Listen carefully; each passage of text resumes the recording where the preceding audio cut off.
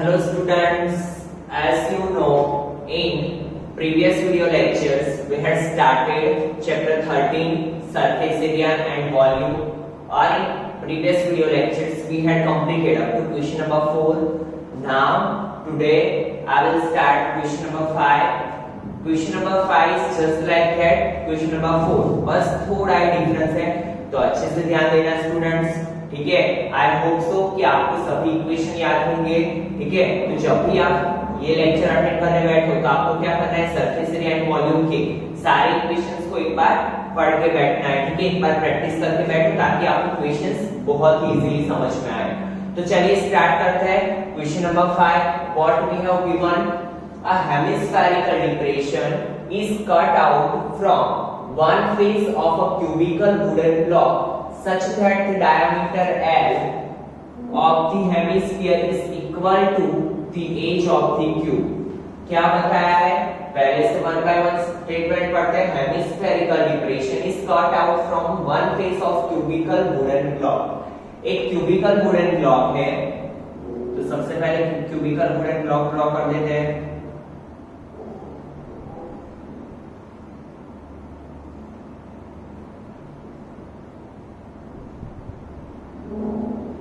उसमें से क्या कट किया हुआ है, हेमिस्फेरिकल डिप्रेशन, दैट मींस एक हेमिस्फेरिकल शेप कट किया है।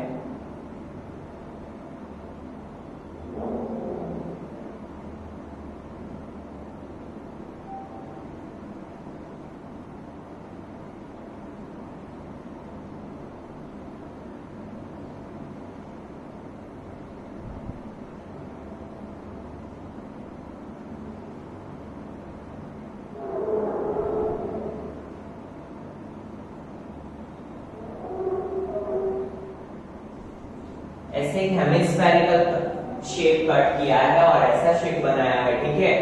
और क्या बोला है, such that the diameter L, what we have given diameter for hemisphere, पहले लिख लेते हैं।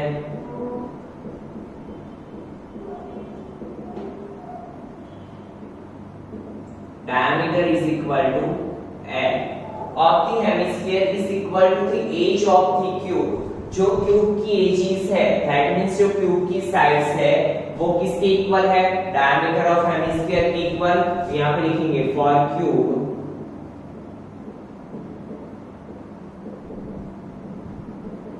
Side is equal to L।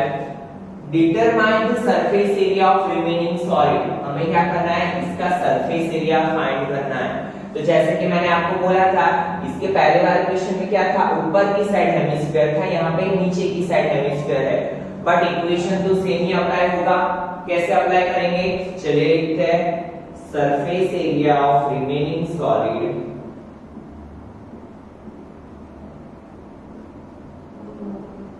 पहले जैसे कि मैंने आपको बताया कि मेन इक्वेशन हम लिख लेंगे, surface area of remaining solid is equal to total surface area of cube, क्योंकि ये क्यूबिकल ब्लॉक क्या होगा, नीचे से तो बंद ही होगा, ठीक है, और ऊपर से भी बंद ही होगा, now plus curve surface area of hemisphere.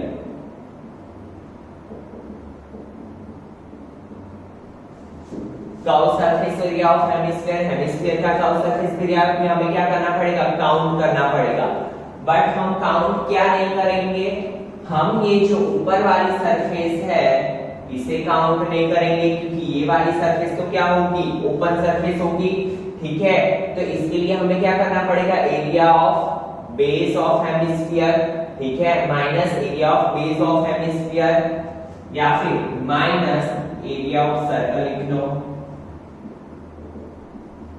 ठीक है। ये क्यों हमने माइनस किया, क्योंकि हमें ये सरफेस की जरूरत नहीं है, ये क्लोज सरफेस नहीं है, अदरवाइज तो ये फिर से क्या हो जाता, क्यूब हो जाता। दैट मींस क्या होगी, ये ओपन सरफेस होगी, और ओपन सरफेस है तो यहाँ पे हमें कोई भी मटेरियल की जरूरत नहीं है। दैट मींस ये सरफेस को हमें क्या करना पड़ेगा, टोटल जो सरफेस एरिया हम फाइंड कर रहे हैं उसमें से माइनस करना पड़ेगा। Now put the value, put the equation 6a² plus 2 pi r² minus 5r²। ठीक है। Now you know that 6a square plus 2πr square में से πr स्क्वायर जाएगा तो क्या बचेगा, ओनली πr स्क्वायर। बट हमें जो दिया है वो क्या था, डायमीटर, और डायमीटर पे से रेडियस तो हम बहुत इजीली फाइंड कर सकते हैं। कैसे, radius is equal to diameter divided by 2, that means diameter is L, तो L by 2।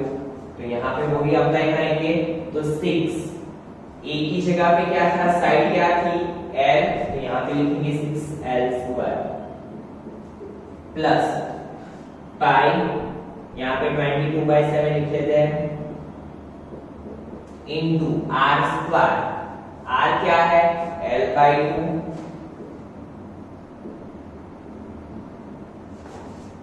तो 6L square plus 22L square upon 7 multiply 4, 2 सा 4, 2 11 सा 22। ठीक है, तो नाउ क्या होगा, 6L square plus 11L square upon 7 2 सा 14। नाउ इसका मल्टीप्लिकेशन इसके साथ, 14 6 सा 84 plus 11L square divide by 14। Got it. Now 4 plus 1 5, 8 plus 1 9, 95 square upon 40 centimeter square। It is our answer। ठीक है, तो बहुत ही सिंपल सा क्वेश्चन था। फिर से समझिए स्टूडेंट्स, क्या किया हमने, a hemispherical depression is cut out from one face of a cubical wooden block such that the diameter L of the hemisphere is equal to, एक हेमिस्फेरिकल को क्या किया हुआ है, हेमिस्फेरिकल डिप्रेशन को क्या किया हुआ है, क्यूबिकल ब्लॉक से कट आउट किया हुआ है। ठीक है, दैट मींस यहाँ पे क्या बनाया हुआ है, हेमिस्फेरिकल शेप। ठीक है, और what we have given, diameter of hemisphere is equal to side of cube. तो हमें क्या फाइंड करना था, जो रिमेनिंग सॉलिड बचा है उसका एरिया। तो इक्वेशन कैसे होगा, surface area of remaining solid is equal to total surface area of cube plus curve surface area of hemisphere minus area of circle, क्योंकि ये ऊपर वाला पार्ट क्या होगा, सर्कल, और इसे हमें क्या रखना है, खुला रखना है।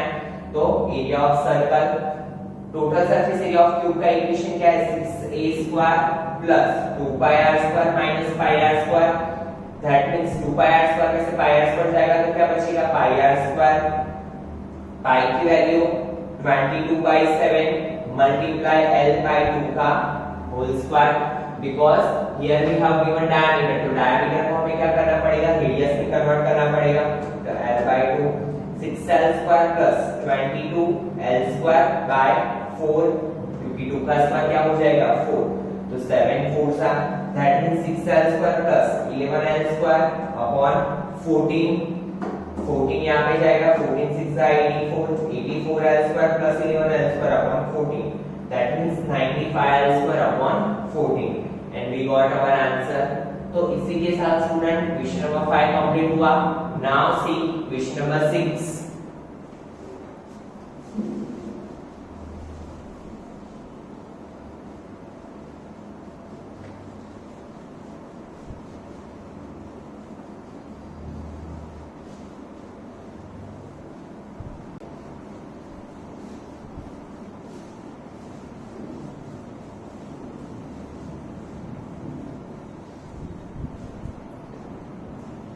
Now see what we have given, question number 6. A medicine capsule is in the shape of cylinder with two hemisphere। पहले से ही हमें क्लियर कर दिया है कि मेडिसिन जो कैप्सूल है उसका शेप कैसा है, सिलेंडर और दो हेमिस्फीयर। ठीक है, stuck to each of its end, एक यहाँ पे जैसे कि ये क्या है, सिलेंडर, और यहाँ पे ये जो दो है उसे क्या किया, हेमिस्फीयर को स्टक किया हुआ है। The length of the entire capsule is 14 mm। Length क्या दी है, 14 mm।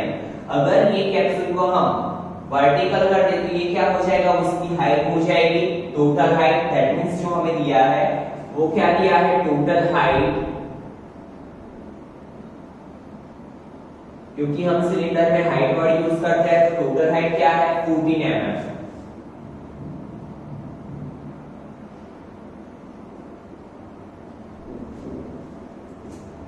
And the diameter of the capsule is 5 mm. Diameter is equal to 5 mm. Find its surface area. What we have to find? Surface area find करना है।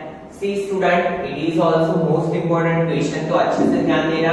बहुत ही easy question है, ठीक है। ऐसे question हम आगे कर चुके हैं। पहले हमने एक क्वेश्चन किया था जिसमें क्या था, सिलेंडर के साथ only one hemisphere is there, but here cylinder के साथ कितने हेमिस्फीयर है, 2 हेमिस्फीयर, ठीक है। तो चलिए सबसे पहले मैंने आपको बोला है कि जब भी ऐसे कॉम्बिनेशन वाली चीज हो तो हमारा काम क्या होगा, मेन इक्वेशन बनाना। तो सबसे पहले हम मेन इक्वेशन बना देते हैं कि टोटल एरिया ऑफ, ताकि हमें पता चले कि हमें क्या फाइंड करना है। Total area of capsule is equal to area curve surface area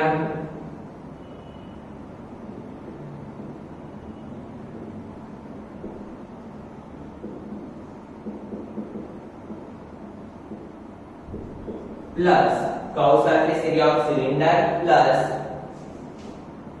2 multiply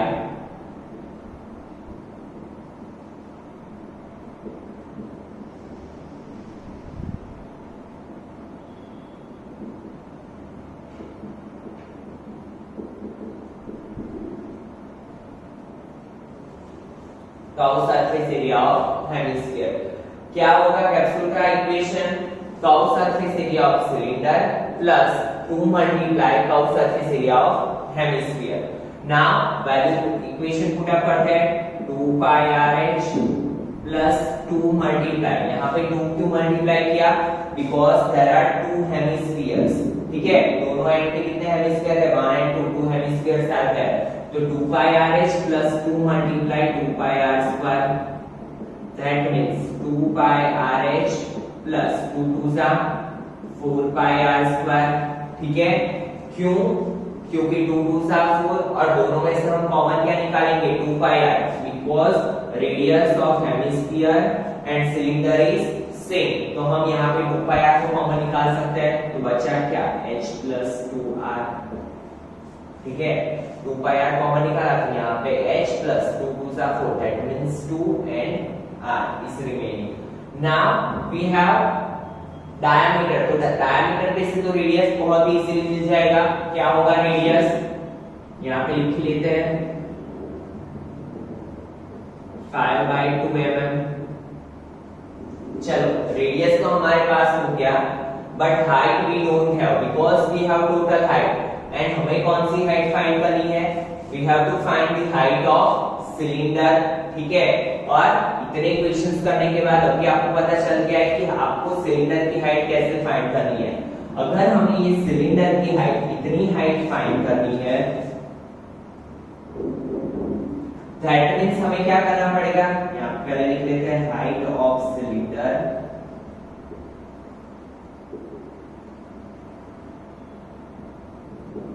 is equal to, क्या करना पड़ेगा, सबसे पहले total height minus 2 multiply radius of hemisphere, क्योंकि हमें टोटल हाइट में से क्या माइनस करना पड़ेगा, हेमिस्फीयर की रेडियस। और 2 मैंने क्यों मल्टीप्लाई किया, क्योंकि अभी तक जो क्वेश्चंस थे उसमें एक ही हेमिस्फीयर होता था, यहाँ पे दोनों साइड हेमिस्फीयर है, तो हमें ये हेमिस्फीयर को भी कट करना पड़ेगा, ये हेमिस्फीयर को भी कट करना पड़ेगा, because we want to find the height of cylinder. सिर्फ हमें सिलेंडर की हाइट चाहिए, ठीक है। नाउ टोटल हाइट क्या है 14 minus 2 multiply radius of cylinder क्या है 5/2, 2 2 कट, दैट मींस 14 माइनस 5, तो क्या होगी 9 mm। तो यही वैल्यू को हम किस में पुट अप करेंगे, यहाँ पे हमारे इक्वेशन में पुट अप करेंगे। तो चलिए तो 2 पाई की जगह पे 22/7 multiply radius is 5/2, height 9 mm plus 2, what is radius? Again 5/2. ठीक है, वैल्यू पुट अप कर दी. Now 2 cut 22 5 110 divide by 7. Again 2 cut 9 plus 5.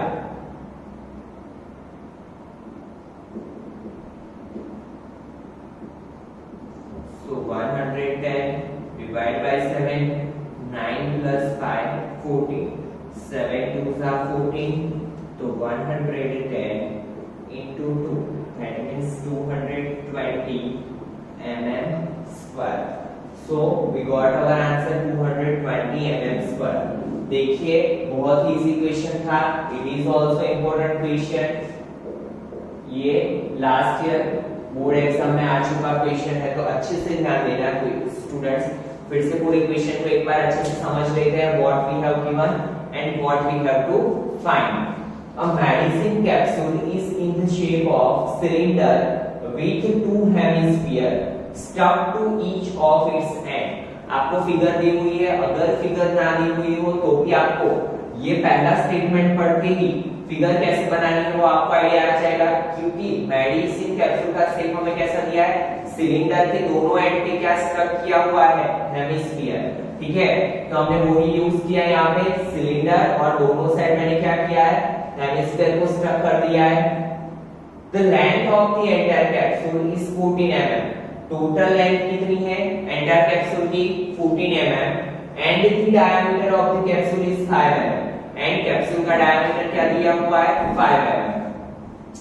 Find its surface area. तो सबसे पहला काम क्या होगा, हमारा डेटा लिखना. तो हमने लिख लिया है.